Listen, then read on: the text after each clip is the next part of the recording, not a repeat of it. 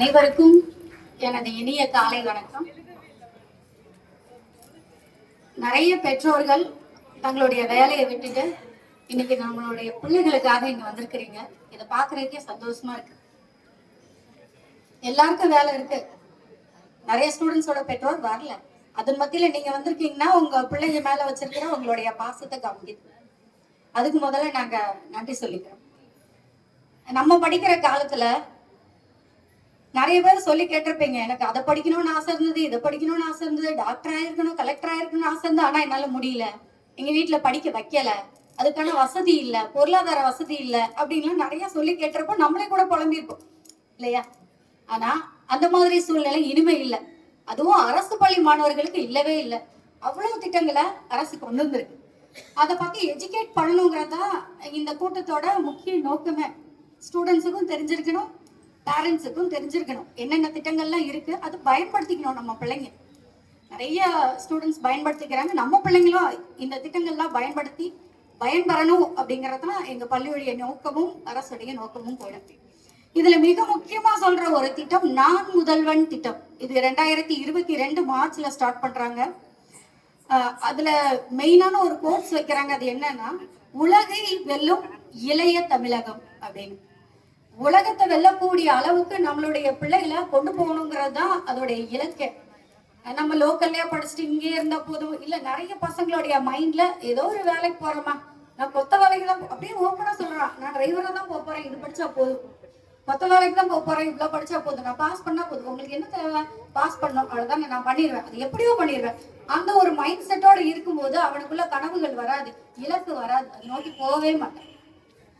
அப்ப தமிழகம் என்ன பண்ணுது, உலக அளவுல நம்ம பிள்ளைங்களை கொண்டு போகணும்னு தான் நிறைய திட்டங்களை கொண்டு வந்திருக்காங்க. அதுல இந்த திட்டத்துல நம்ம பிள்ளைங்களுடைய ஸ்கில்ல டெவலப் பண்ணணும், திறனை மேம்படுத்தணும் அப்படிங்கறது அவங்களோட இந்த திட்டத்துடைய முக்கிய நோக்கமா இருக்கு. இதுல நான் முதல்வன் திட்டத்தோட முக்கிய நோக்கம் திறன் மேம்பாடு அப்படிங்கிறது.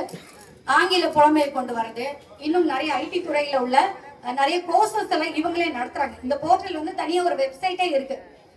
அதுல போய் நீங்க பாத்தீங்க அப்படின்னா நிறைய விஷயங்களை கத்துக்கலாம் குழந்தைங்க. இதுல கல்லூரி கனவுன்னு நம்ம ஸ்கூல் ஸ்டூடெண்ட்ஸுக்காக ஒரு ஸ்கீம் வச்சிருக்கிறாங்க. இது என்னன்னா, நம்ம பிள்ளைங்களுக்கு படிக்கணுங்கிற முதல்ல ஆசை வரணும், என்ன படிக்கணுங்கிற ஆசை வரணும், என்ன வேலைக்கு போகணுங்கிற ஆசை வரணும். அதுக்கு தகுந்த மாதிரியான காலேஜுக்குலாம் இங்க இருந்து நாங்க கூட்டிட்டு போய் காமிச்சிட்டு இருக்கோம். இந்த ஹாலிடேஸ்ல கூட லா காலேஜுக்கு, வேளாண் துறையில உள்ள கல்லூரிகளுக்கெல்லாம் நாங்க கூட்டிட்டு போய் காமிச்சாங்க.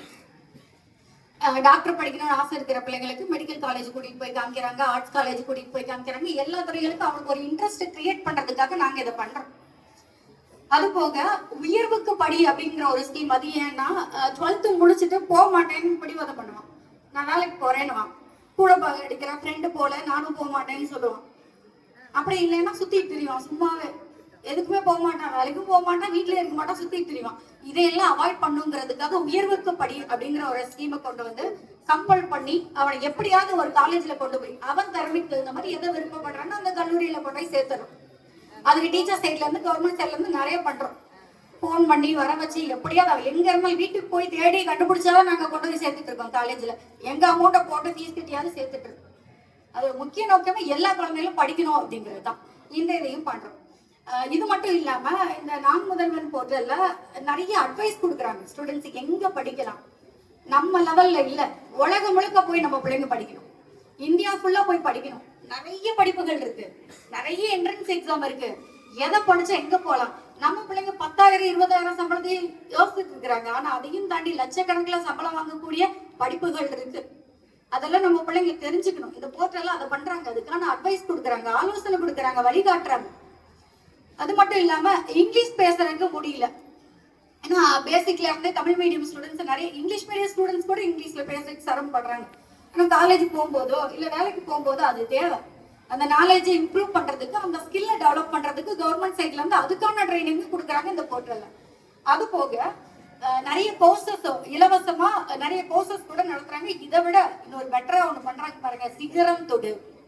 இந்த சிகரம் தொடுங்கிற ஸ்கீமுக்கு கீழே முக்கியமா கிராமப்புறத்துல உள்ள பின்தங்கிய குழந்தைங்க, கவர்மெண்ட் ஸ்கூல்ல படிச்ச குழந்தைங்க காலேஜ் முடிச்சுட்டாங்க, வேலைக்கு போகணும், எனக்கு கவர்மெண்ட் வேலைக்கு போகணும், யூபிஎஸ்சி எழுதணும். யூபிஎஸ்சிங்கிறது என்னங்க, ஒரு ஐஏஎஸ் படிக்கணும், ஐபிஎஸ் படிக்கணும், ஒரு கலெக்டர் ஆகணும் நம்ம பிள்ளை அப்படின்னு ஆசை இருக்கு நமக்கு.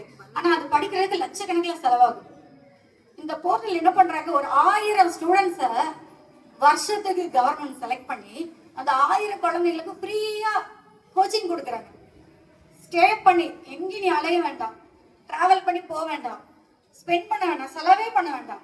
நீங்க தங்கி இருந்து சாப்பாடு கொடுத்துறாங்க, செலவு எல்லாம் பாத்துக்கிறாங்க, படிக்கிறதுக்கு கோச்சிங்கும் கொடுக்குறாங்க, எக்ஸாமுக்கு அப்ளை பண்ணி எழுதவும் வைக்கிறாங்க. நிறைய பேர் இதுல பயனடைஞ்சு நிறைய ஐஏஎஸ் ஐபிஎஸ் ஆபீசரா ஆயிருக்கிறாங்க. வருஷத்துக்கு 1000 ஸ்டூடெண்ட்ஸ். இதுக்கு இவங்க ஒரு என்ட்ரன்ஸ் வச்சு அது மூலமா எடுத்துக்கிறாங்க.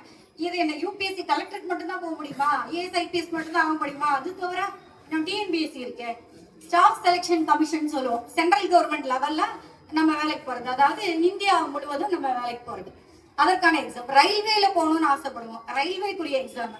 அப்புறம் பேங்க்ல நம்ம பிள்ளை வந்து கிளர்க்காவோ அல்லது பேங்க்ல ஒரு மேனேஜரா இருக்கணும்னு ஆசைப்படுவோம், அதற்கு எக்ஸாம் எழுதுறோம். போட்டி தேர்வுகள் இருக்கு, காம்படிட்டிவ் எக்ஸாம் நிறைய இருக்கு, நிறைய வேலைக்கு காம்படிட்டிவ் எக்ஸாம் எழுதி போற மாதிரி தான் இருக்கு. அதற்கான கோச்சிங்கை ஃப்ரீ கோச்சிங் கவர்மெண்ட் கொடுக்குறது நம்ம பசங்களுக்கு. இந்த போர்ட்டல யூஸ் பண்ணி நம்ம போய்க்கலாம். இதெல்லாம் நமக்கு தெரியறது இல்லை, நம்ம பசங்களும் அதை ரொம்ப பெருசா பாக்குறது இல்லை. ஸோ நம்ம பேரண்ட்டுக்கு முதல்ல எஜுகேட் பண்ணுங்கிறதா இந்த மீட்டிங்கோடைய முக்கியமான நோக்கமே. அதுவும் +1ல இருந்து எதுக்காக வச்சிருக்கிறோம்னா, நிறைய காலேஜுக்கு போறதுக்கு என்ட்ரன்ஸ் எக்ஸாம் இருக்கு. அதாவது இந்த நீட், டாக்டருக்கு போகணும்னா நீட் எக்ஸாம் எழுதி போகணும், ஜேஇஇ இன்ஜினியரிங் போகணும் ஜேஇஇ, கியூட் எக்ஸாம் எழுதுனா ஆர்ட்ஸ் அண்ட் சயின்ஸே வந்து நம்ம இந்தியா முழுவதும் உள்ள ஆர்ட்ஸ் காலேஜுக்கு போகலாம். கிளாட் லா படிக்கிறதுக்கு இந்த மாதிரி நிறைய எக்ஸாம்ஸ் இருக்கு. இதுக்கெல்லாம் என்ட்ரன்ஸ் எழுதணும். அப்ப இந்த என்ட்ரன்ஸ் எழுதுறதுக்கு நம்ம பசங்க வந்து கோச்சிங் எடுத்துக்கிறத நம்ம 11th இருந்தே ஸ்டார்ட் பண்ணணும். அதுக்கு என்ன ஸ்கில் தேவைன்னு பார்க்கணும், நம்மளுடைய திறமையை வளர்த்துக்கணும். திறமையை வளர்த்துக்கிறதுக்கு இப்ப இருந்தே பார்க்கணுங்கிறதுக்காக தான் நாங்க 11th கூப்பிட்டுருக்கோம். இப்ப இருந்தே உங்க ஸ்டூடெண்ட்ஸுக்கு வந்து மோட்டிவேட் பண்ணுங்க. 11th தானே அப்படின்னு சொல்லிட்டு ஃப்ரீயா இருக்கிறான், ஸ்கூல் புக்ஸையும் படிக்கிறதுக்கு ரொம்ப சிரமப்படுறான். வீட்டுல வந்து ஃப்ரீயா இருக்க விடாதீங்க. வீட்டுல வந்து என்ன பண்ணுங்க, அடுத்து அவங்க முதல்ல அவங்களுக்கு ஒரு இலக்கு இருக்கணும், என்னவா ஆகணுங்கிறது. அப்புறம் அதுக்கு என்ன கோர்ஸ் படிக்கணும், நம்ம 12th போனதுக்கு அப்புறம். அப்போ 12th முடிச்சுட்டு போகும் போதே நம்ம என்ன பண்ணோம், என்ட்ரன்ஸ் எக்ஸாம் எழுத வேண்டியிருக்கு. அதுக்கான ஸ்கில்லை நம்ம இப்ப இருந்து டெவலப் பண்ணி, ஏன்னா போட்டி அதிகம். ரொம்ப பெரிய காலேஜ்ல போய் நம்ம படிக்கணும்னா போட்டிகள் அதிகம். இந்தியா முழுவதும் இருந்து மாணவர்கள் வந்து அதுல எழுதுறாங்க.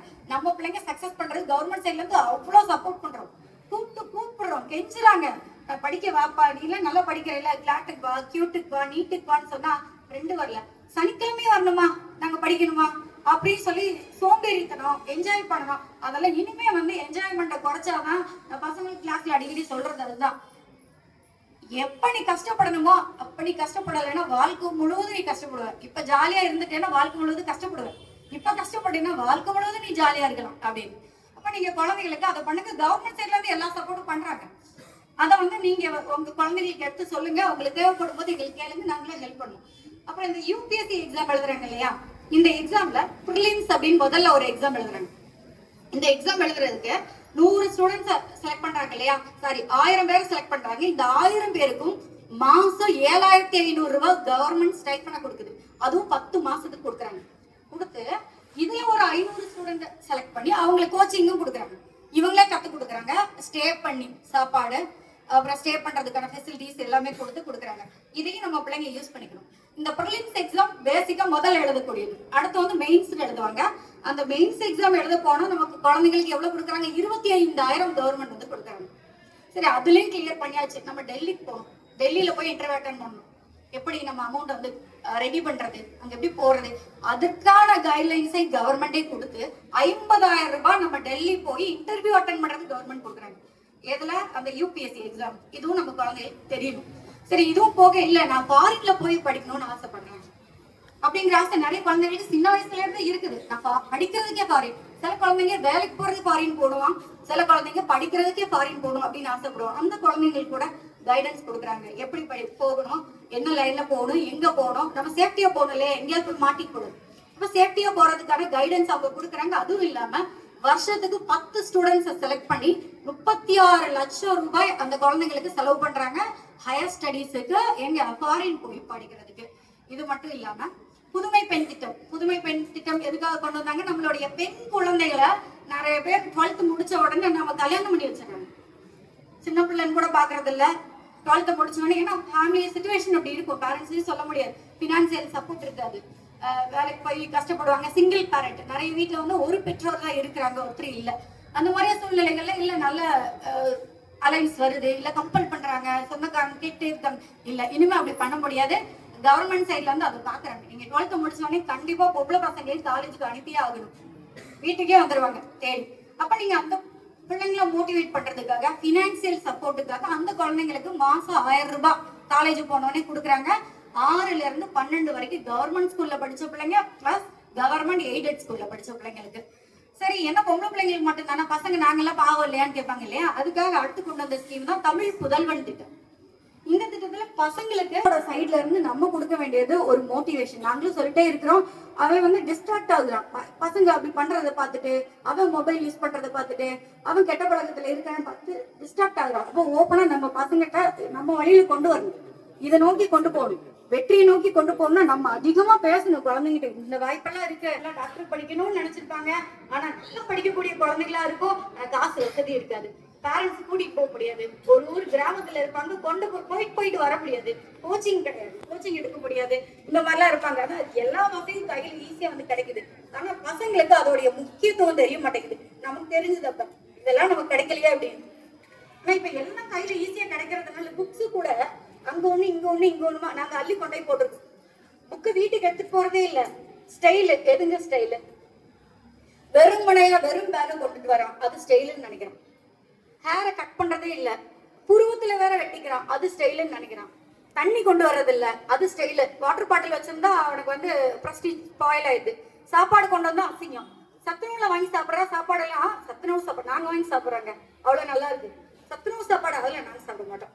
பட்னியாவே இருக்கிறான். அது பின்னாடி எவ்வளவு பாதிக்குங்கிறத அவன் புரிஞ்சுக்கவே மாட்டேங்கிறான். நீ வாழ்க்கையில வெற்றி அடையும் போது அதுதான் உனக்கு ஸ்டைலு. உன்னை பார்த்து எல்லாரும் இந்த ஹேர் ஸ்டைலையும் பேக்கையும் வச்சு உன்னை திரும்பி பாக்குற மாதிரி இருக்கக்கூடாது. நீ பெரிய உயரத்துல வந்து நிறைய கை நிறைய சம்பாதிச்சு கப்பல் மாதிரி ஒரு கார்ல ஊருக்கு வருவ பாரு, அதுதான் உனக்கு ஸ்டைல். அது நீ பெற்றவங்களுக்கு வந்து வாங்கி கொடுக்கணும். பேச அனுமதி கொடுத்ததற்கு நன்றி.